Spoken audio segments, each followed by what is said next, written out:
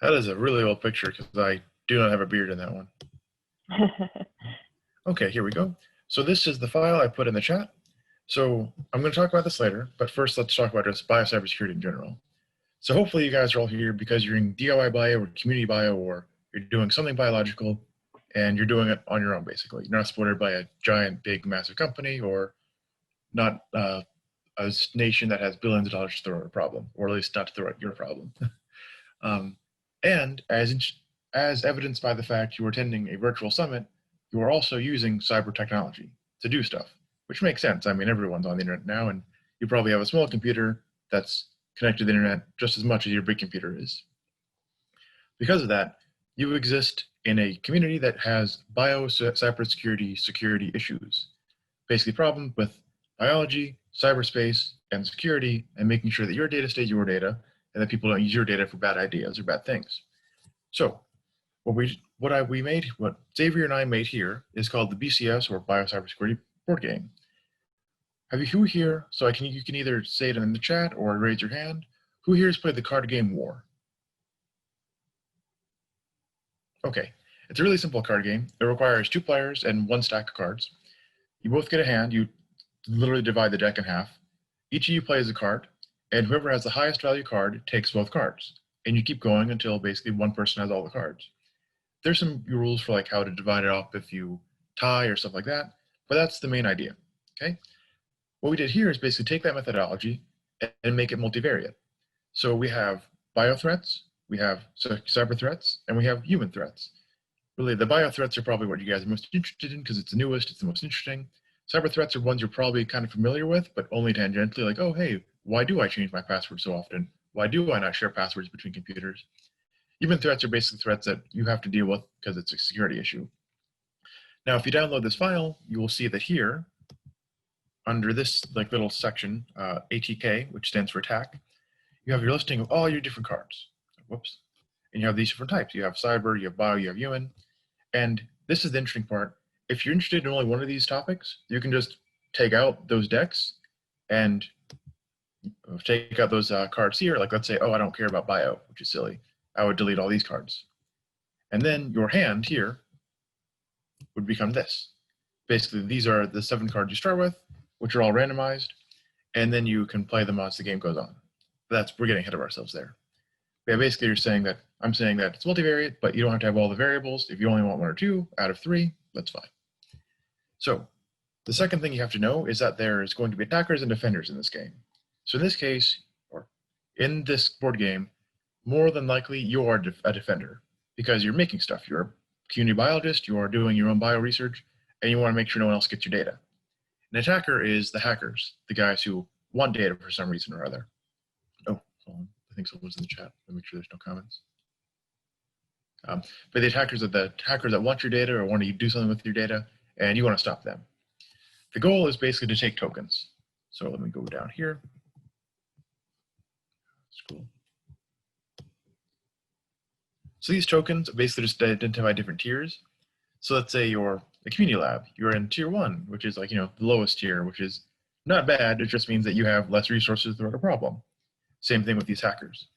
Now, the interesting thing, well, yeah, of course, that is kind of funny, isn't it? Of course, you have less stuff to run a problem in your community bio. I think not having money has basically become a meme in our group. But anyway, you can also make these tiers asymmetric, which means that you can say, be a national lab defending against a hobbyist hacker, which really just means that you have different tokens here. So if you're an attacker, you win by taking all of the defender's security tokens or all their research tokens. So how you get these tokens, so for these 2 categories here, it's the same thing as war. You play all your cards, and if you have a higher value in one category, you take one of the other guy's tokens. So let's say I'm an attacker, I play my bio, my cyber, my human cards, and I have tied on the human cards and the bio cards, but I have 1 more on the attack on the cyber card. That means I take 1 of the defender's security tokens. Likewise, if it's the opposite way, the defender has 1 extra value, I take an attacker token. That comes into play with these cards because they have point values right here. Can you see let's highlight this. Because all these cards have a different value, and yeah, go. Scroll up again. Yeah. So the only really thing to know except this, that we really need to go into before we start playing the game, is that if you're an attacker, your cards are only good for one turn. You have the cards, you play the card, and then you discard the card. That's to represent the fact that if you're a hacker, really, you can only do one thing so many times before someone catches on. If you're a defender, you have your cards, you play them, and then they return to your hand where you can choose to discard them or not, and before you draw another card. That's important because if you're a defender, usually your defenses aren't using actual physical things, they're methodologies. Where offenses are, let's say, making sure the doors are locked, making sure you have biometric scanners, stuff like that. The attacker can't rely on that. The attacker can use a DDoS network, but that's really only good once or twice before he has to stop using it and find another method. So let's do an example play. I thought Xavier was going to be here, but he's not, so here we go. So I will say that I am a attacker. Here, let's find out. So if we look down here, I'll do tier 1 to make sure everything's short. So we have 5 security, 5 ID, 5 security, and 2 research tokens. So attacker hand, I have 5 tokens. Defense hands starts with 5 tokens and 2 security tokens. There we go. So here's my defender's hand. So I have stuff like redundancy check, biotech maintenance, first aid kit. And if you click on this, where's redundancy check?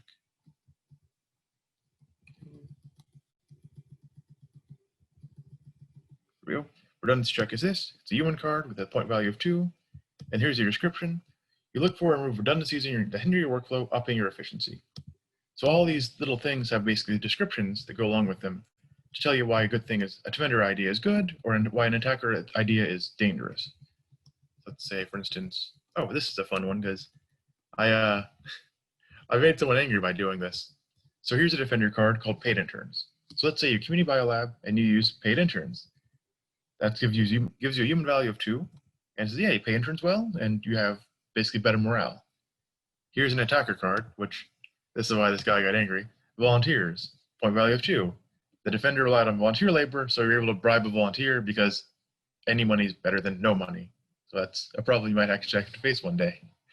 Oh, there we go. So anyway, here's my attacker hand. So I will be playing both these guys for once. So here's my initial thing.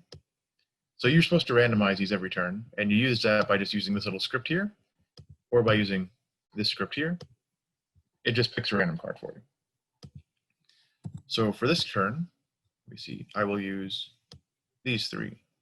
Sequencer targeting, script kiddie, and bad manager. So I'm going to look up point values for all of these.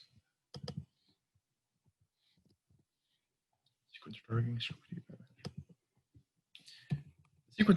Sequencer targeting thing I think is really interesting because it's actually it is a actual problem. Bio 2 points.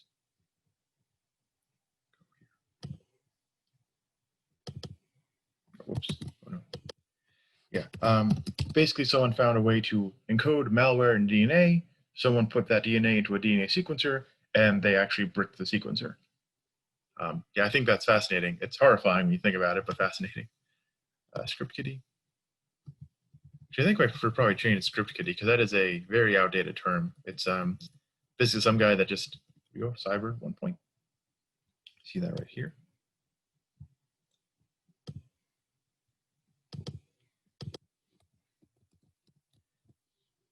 Yeah, it is kind of difficult to translate a board game to a very fun method to show it online, but hopefully it's working. And bad manager. Yeah, and we actually did get a lot of feedback on some of the human cards because like, oh, you can't just say that if it's a bad manager. Like, yeah, I can. There's always bad managers. Human 5. There you go. So I'm going to play these 3 cards, which means I have to, at the end of my turn, get rid of them. Now I'm also going to play the defender because I'm going to be both of them. So let's do redundancy check, biotech maintenance, and verified logistics. Let me highlight these.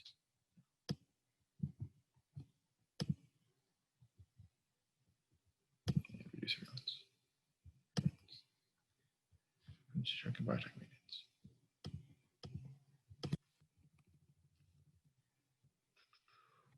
Redundancy check. Here we go. So it's human, 2 points.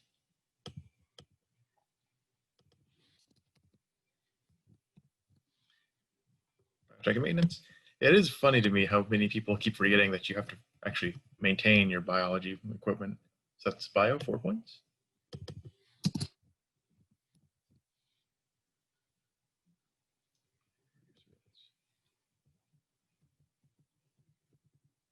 This is interesting. Actually, I do not have, so these cards are randomly selected. I don't have, none of these are actually cyber cards, which is interesting. That means I'm going to have to give away at least one of these tokens because I can't fight it. So I have, let's open up this thing. And to make it look easier, I'll make this the attacker side. It's the defender side. Played. Attacker played these. Defender played these.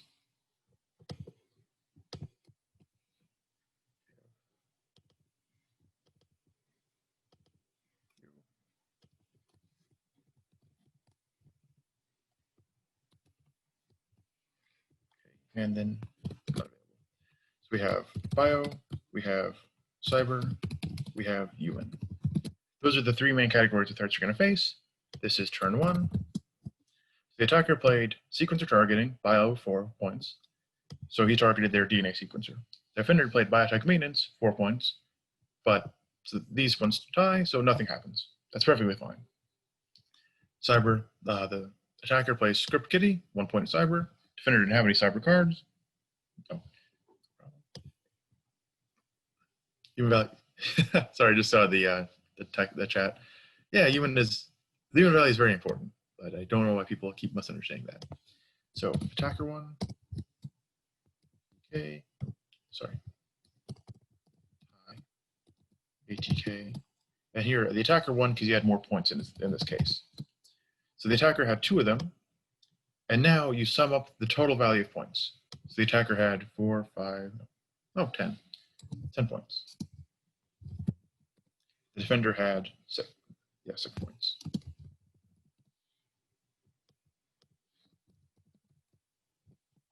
There you go. So what does this mean? This means the attacker takes 2 of the defender's tokens here. Let me see. So these rules are here. The defender has 2 security tokens and 2 research tokens. 5 security tokens, 2 research tokens. So the defender loses 2 security, 1 research token. There you go. And now the interesting thing that happens is that this attacker can no longer use these cards. So we're going to copy these over,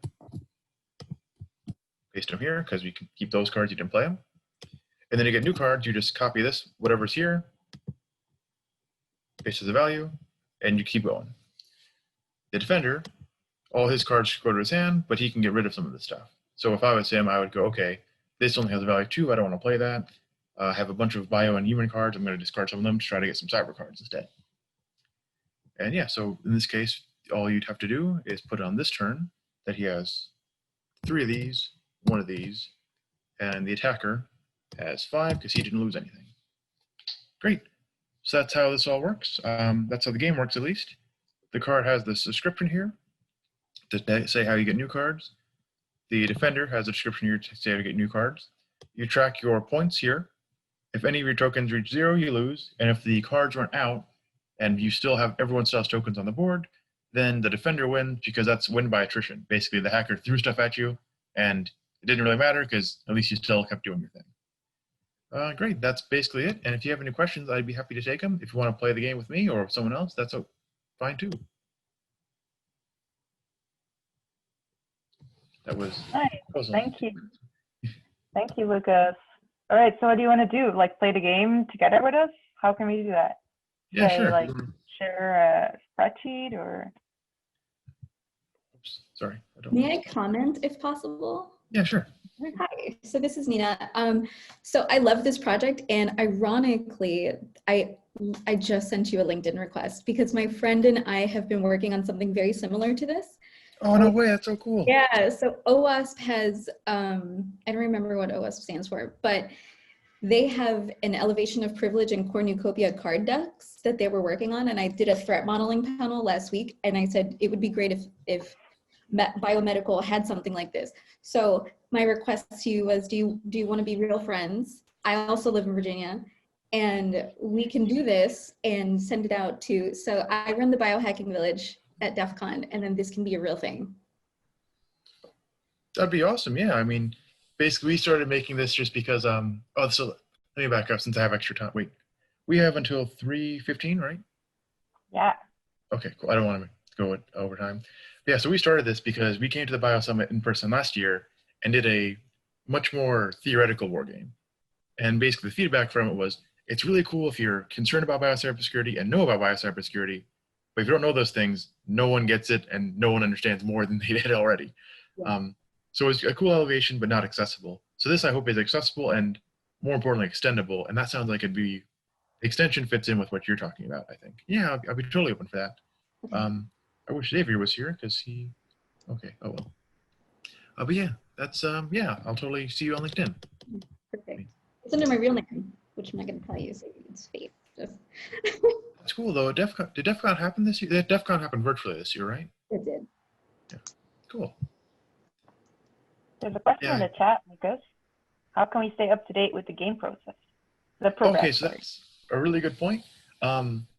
So I was not originally going to be, well, maybe it will change now with this cool global collaboration, but I was originally just going to make the game and give you the rules for how to make your own cards and say, go have fun, make the game better by yourself. But I am part of the BIOS View lab. We don't have a website yet, but basically I've been working with a bunch of collaborators in biocybersecurity. We're making our own quote unquote lab, which is just us messing around in biocybersecurity and trying not to kill people. Trying not to do that. That's negative. We're not doing that stuff. Yeah. And basically, if you want to stay up to date, just follow the lab and we'll have our website soon. We'll probably put it on the Slack when it's ready. Yeah, thanks a lot for asking, Judy.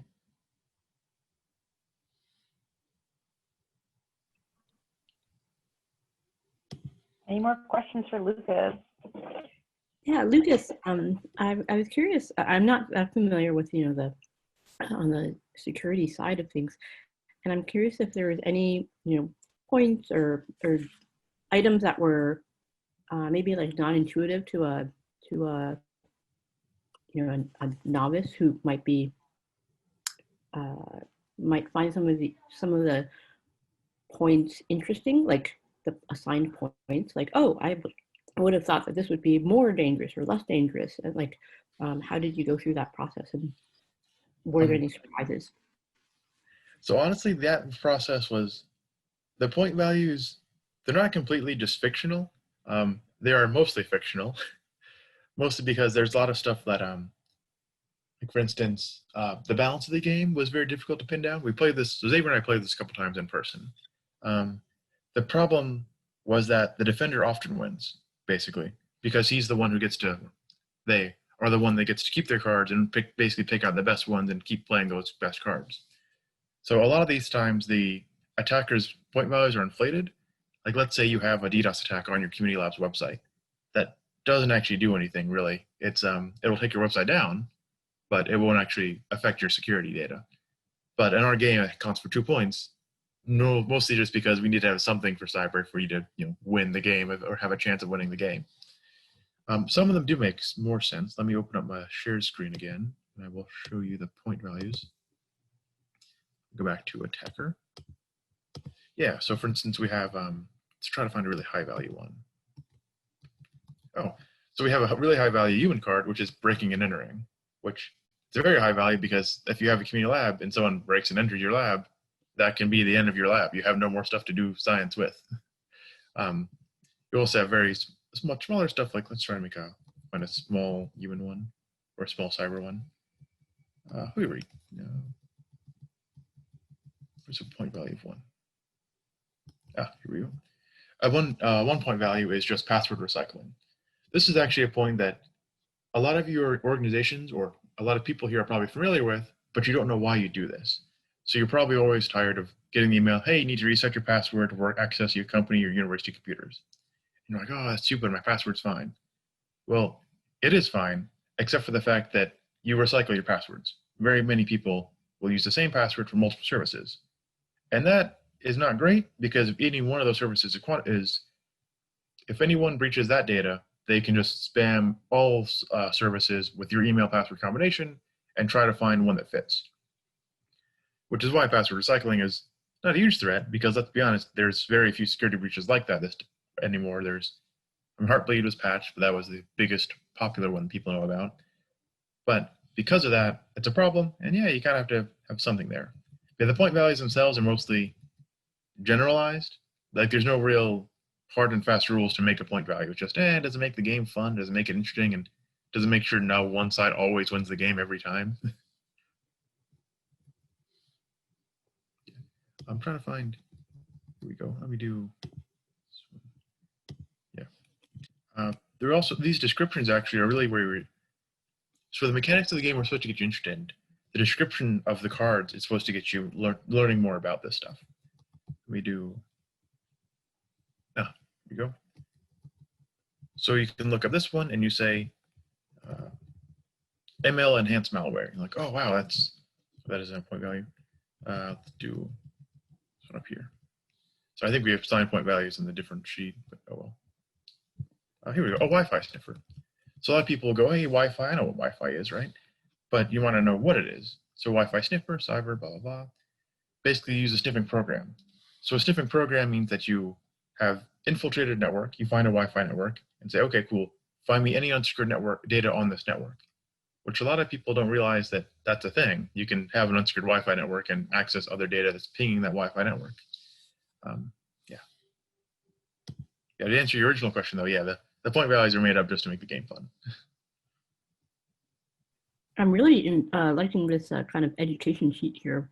I've already learned a couple things just reading the explanations. So I appreciate that. What's a script kiddie? You had mentioned that earlier. What is man, that? so I'm not sure if it's an appropriate term now. I don't think it's politically incorrect or anything, but back in like the day of like the 80s and 90s of like the hacker movement or boom when they arrested Mitnick, the script kiddie was a guy who would find a script online that did some malicious thing and use it without it knowing what the script did or without even really understanding how to use the script properly, which is why it's a very low point value card, because you can still find these scripts online. There's like websites called Hack the Site. There's what's called the dark web, which it makes it sound a lot cooler than it actually is. Usually just people being idiots. Where you can find like malware and stuff like that for download. It's available. Script kiddies basically are the guys who use it without knowing what it does. Also, there's one, man in the middle attacks. These are actually, I'm not going to say popular, but one of the things you learn about first if you ever go to an IT program. It's basically finding a gateway that can be manipulated and shoveling data from that gateway to your own personal use. Like, let's say you just find an email server, break into it, put a man in the middle there. That means that all the emails that go through that server goes to you and whoever is supposed to receive them. And it's very hard to actually track down. It's borderline impossible to realize that it's there unless you go, hold on, someone knows something they shouldn't. I have a question too, kind of about the game as well. Yeah, sure. Okay, so I just noticed that some of these, are all these based off of like real ways that data have been breached, like the dating profile one, or some of these just like a way to have fun? Oh, yeah, so that is a funny one. I was actually at the Bio Summit last year. There was a person who used to work for the NSA, and oh, cool. And yeah, the dating profile one has happened. That is mostly because if you work for the NSA, let me back up. If you're a male that works for the NSA, you have a negative charisma, and you are very, very vulnerable to anyone on dating apps saying they think you're a cool person. Yeah, so the dating app one has happened. Okay, it Unfortunately, makes sense. I was just really curious. It kind of made me chuckle, but knowing that it's happened in real life is also like, oh, maybe I shouldn't laugh, but so much. Okay. oh no, so all these are, so we're very uncreative. Well, the method of the game might be creative, but we try to stick with reality as much as you could for this stuff. The bio one is definitely more, the bio section is more open to interpret, not open, more creative and more kind of lenient with reality. Like, I don't think anyone's ever put a biological material on the doorknob and said, oh, hey, we're gonna get everyone sick by making the doorknobs dirty. But that's an option in our thing. It's just more the concept of you can do like a little bit of limited biological attack. Trying to find something that's, there was someone from DEF CON here. I think this was years ago, but at DEF CON one year, someone gave away free USB sticks that had malware on them, but no one bothered checking the USB sticks. They just plugged them into their computer, and they, I don't think they actually had malware. Well, the malware just pinged the server to say, yeah, I have access to this guy's computer. Didn't actually do anything. But yeah, that's an option. That's something that happens.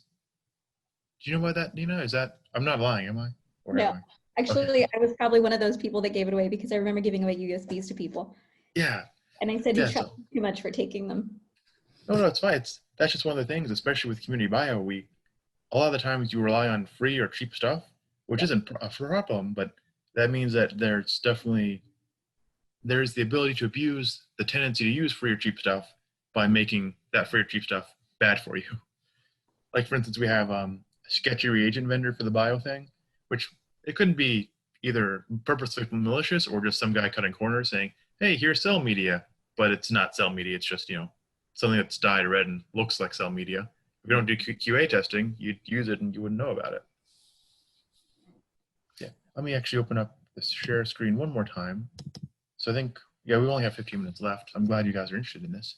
I just want to go over how to make your own cards. Yep, it's at the very bottom here. I'll upload this file one last time to make sure everyone has it. But basically, you only need 5 pieces of information. First is if for attackers or defenders. And that's usually pretty obvious because defenders want to have good stuff and keep their data safe. Attackers don't want that. What the card name. So basically just, hey, what do you call this? The card type. So basically it's a biological, cyber, or human. There's some that actually don't fit within those contexts. I'll talk about them in just a second. The card value, which is how many points it's worth, which really doesn't make much of a difference. Just try not to make them all 1 or 5 because then it kind of makes the game dull. And then card number. So how we made the card number for this game, basically we made up all of our ideas and then balanced it out so every card had roughly, I think, 21 or 22 types in each deck. So each deck had like 60 cards. That's, let me show that here. Yeah, here's our card. So this is how you get the random card selection. So we didn't have very many bio cards, so we just multiply these out to make them, have roughly the equivalent amount. So there's no one thing that's more viable than the other one. Yeah, let me go over this, the attack. So there are things that don't fit into the defined quantities. So one here is I found a phone, and it's a typical card for some board games. Basically, you get to look at the defender's hand. Like, okay, what cards do you have? What do you have to play? You have Inside Man, which I thought it's funny. It's basically, you get someone to just work for the company. You pick any all card. Play this card and placement attacker card, blah, blah, blah. Yeah, you pick any card not played, eliminate it from play entirely, and you can only use once per game. Yeah, there's like little things that just makes the game hopefully fresh. Let me see, is there anything for a defender like that? I think there is. Oh, yeah, we have automation, which just improves point values, which kind of makes sense. Like if you have an OpenTrons and you're not relying on people to do stuff, it's going to be better on your humans because humans are doing less work. It's going to be more secure because there's not humans to make your cyber systems insecure. That is a very weird point that people seem to not like to understand. Humans are by far the most vulnerable part of any cyber system at this point. Here, a funding increase. So this is, again, something that one of our advisors did not like because you're like, funding doesn't fix everything. It's like, it fixes a lot. So if you have more funding, you get to make any category more secure because you have more money to make it more secure. Yeah.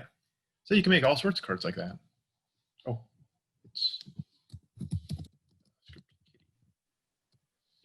it's Script Kitty, which is why I don't like saying it anymore because it sounds really deprecating. Like, oh, you're just a kid. Like, kids are arguably better at tech than adults are at this point.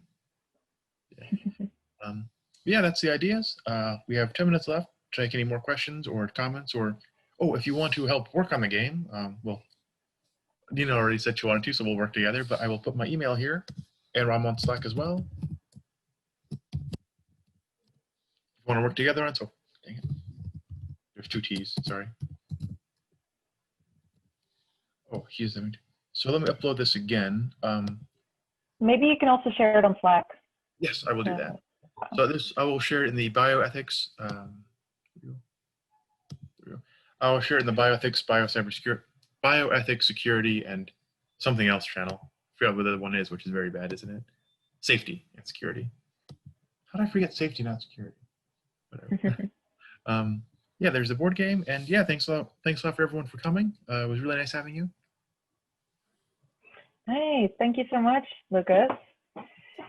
All right, we ended earlier though, so if anyone still wants to chat, we can still hang out here for a little bit and talk about hacking. I'm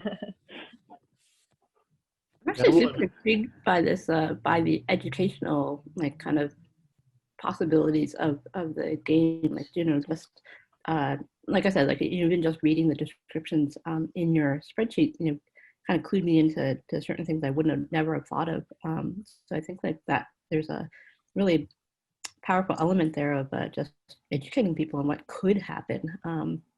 So I don't know if you can how to bring that out or anything, but I think that's a really wonderful way to introduce people to these ideas, like in a fun way that's you know, outside of maybe people's normal scope of reading. I think that's one of the things that one of the things that consistently surprises Xavier and I when we're working on something and get a paper published about biocybersecurity is that even though I worked with the DoD before, but I don't have a top secret or secret clearance.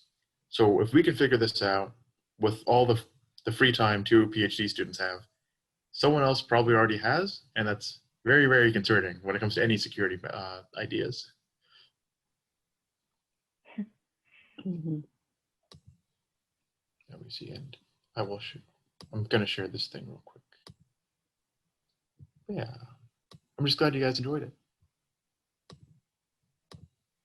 I also like the idea of having it turn into a physical game, like, you know, the exploding kittens or whatever. Yeah, I'm thinking about that too. That was actually our original idea, and we found a website that I found a website where you could make board games, but you had to give up your data to use the website, and we really didn't want to keep anyone off the approved channel for the Bio Summit, which is why I made this Excel sheet, which is not the most user-friendly thing, I'm very aware, but it's the best we could do with making sure everyone could access it the same. Could you turn this into like a Python-based game, like just through the command window or something? Or you just have to answer questions on prompts or something, maybe? Yeah, that could be, we could do that probably. Yeah, because all you have to do is touch to databases or the straight structures of the card decks. Yeah, I think you could do that. Oh, thanks, Daniel. Yeah, I think one of the things we're trying to do is just to open people's eyes. Yeah, security is a thing you should be concerned about. I mean, you're probably not working on, if you're in community bio, you're probably not working on the smallpox virus. If you are, please don't. But that doesn't mean you shouldn't be secure with what you're doing.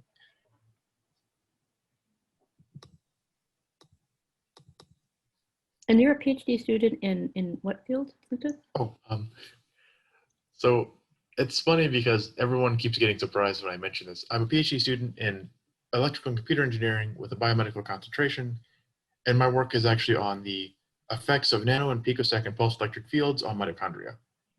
So I do none of this for my day job. So you are at the intersection of that cyber element and bio. Yeah. That is funny because everyone I work with seems to think I do something different, because every engineer will, like for instance, I had to model an EM wave earlier this semester for some of my assistantship, and I modeled it, and everyone I work with in my bio department went, "You can do that?" I was like, "Yeah, I don't want to, but I did." And then everyone in the bio was surprised when I know how to use the pipette. It's not that hard, guys. It is very useful to be able to straddle those two worlds. Yeah. Oh shoot, I'm sorry. Oh, never mind. So I sent a link in chat, and I thought it was paywalled, but it is not paywalled, so that's good. Oh yeah, so that's to answer your question, Frazier. Hope I'm saying your name right. Yeah, it was not. So the DNA attack happened. It was internal, so there's nothing that indicates that it happened in real life. It was a security lab that basically did it to themselves to find out if they could. And it was 2 years ago, I think.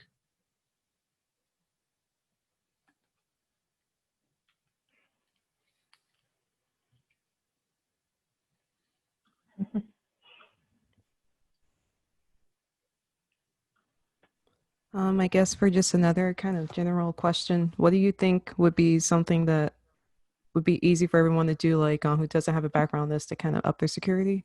Other than like the password recycling, I guess would be first, but I think so this is going to be a really obnoxious answer, I'm aware, but I think one thing could just be read the cards, because you can notice like all the security features or how an attacker would attack you and how you could defend against it. But that's really a very silly question. I think, or not a silly answer. The question is very, very good. Sorry. Um, I think the biggest thing you could do just to improve security is just think to yourself, if I wanted my own data, how would I do it? That's how a lot of our articles come out to play, and some of our ones which are even, I would say, almost vindictively evil, that we like ideas we think of to defend against. We come up by just saying, well, if you were a jerk, how would you do that? I think one of the big ones actually that people seem to be less concerned about than I would think is targeting by online retailers. Not even hacking an online retailer. Let's say I have a biological agent that is very effective against people with some condition, and I go on Amazon, I buy something that condition would use, and then I'm going to be bombarded by Amazon with ads for anything that might be tangentially related, and they have so much data that information is probably really accurate.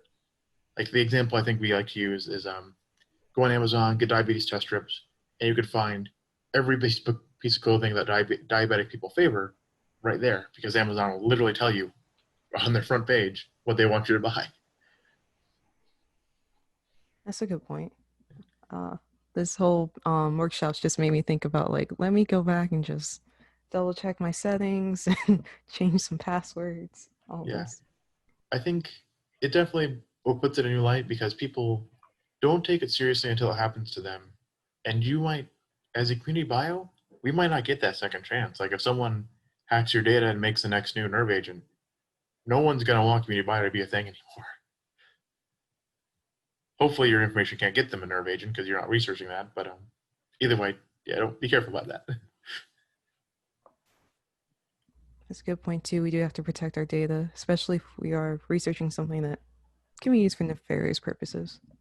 Yeah, well, everything kind of can be. I mean, That's there are true. strains of anthrax you can find just in dirt. Also true. And that's the last time I listed the file. Thanks for all your questions. Thanks for coming, guys. It was really cool, and I'm just glad you guys listened. I shared this file on Slack. Yep. Yeah, and there you go. Thanks a lot for coming.